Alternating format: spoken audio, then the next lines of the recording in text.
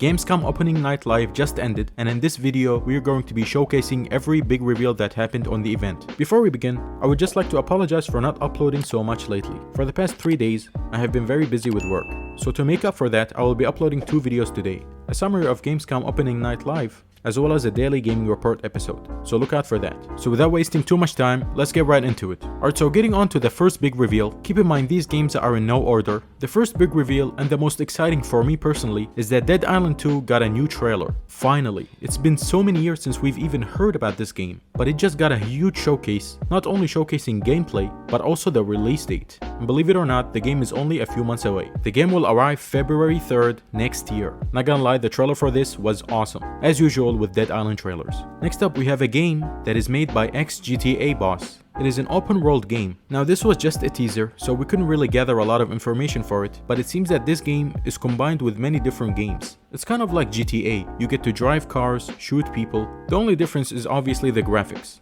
It is very opinionated, and each person can like it or dislike it. I personally don't mind it, and can see the potential of this game, especially knowing that the ex-GTA boss is behind it. Then we have the reveal for DUNE Awakening, a new open world survival MMO game. Now the developers of this game are Funcom. If you didn't know, Funcom are the people who made Conan Exiles. I personally am not a fan of Conan Exiles, but you never know.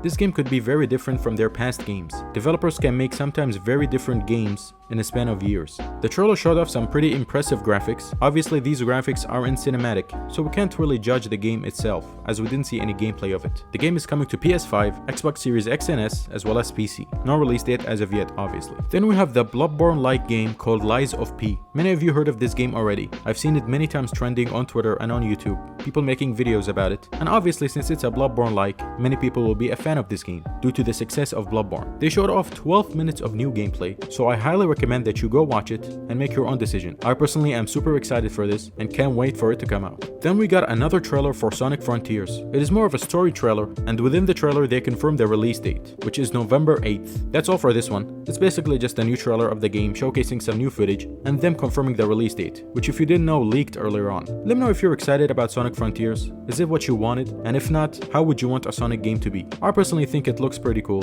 but I'll wait a little bit more to judge it more accurately. Then for PlayStation fans, Dualsense Edge has been revealed. It is the new Pro controller for PS5. Now PlayStation blog released information about this, stating, "Today we are thrilled to unveil the Dualsense Edge wireless controller for PS5, the first ever high-performance ultra-customizable controller developed by Sony Interactive Entertainment." And they stated some features of the controller, like ultra-customizable controls, ability to save multiple control profiles, an on-controller user interface, changeable stick caps and back buttons, replaceable stick modules, built-in DualSense wireless controller features, like the usual haptic feedback, adaptive triggers, built-in microphone, motion controls, and more.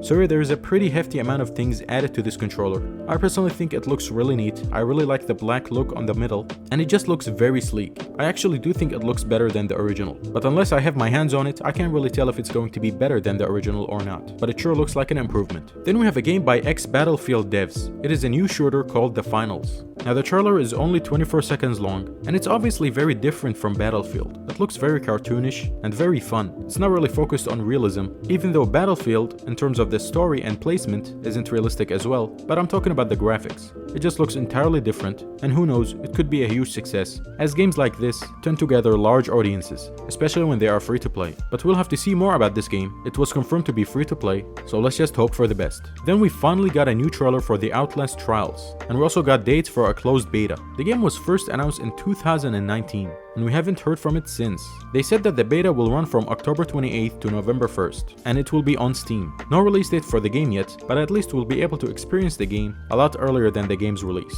Next isn't really a big reveal for games, but I have to include it because I'm a huge fan of Hideo Kojima, and he recently announced that he will be starting a podcast called Brain Structure, and he said it will be a deep dive into his brain and it will shed light on his creative process, kind of like his new book. It will be exclusive to Spotify, and it's definitely interesting to say the least. I know Spotify does video podcasts.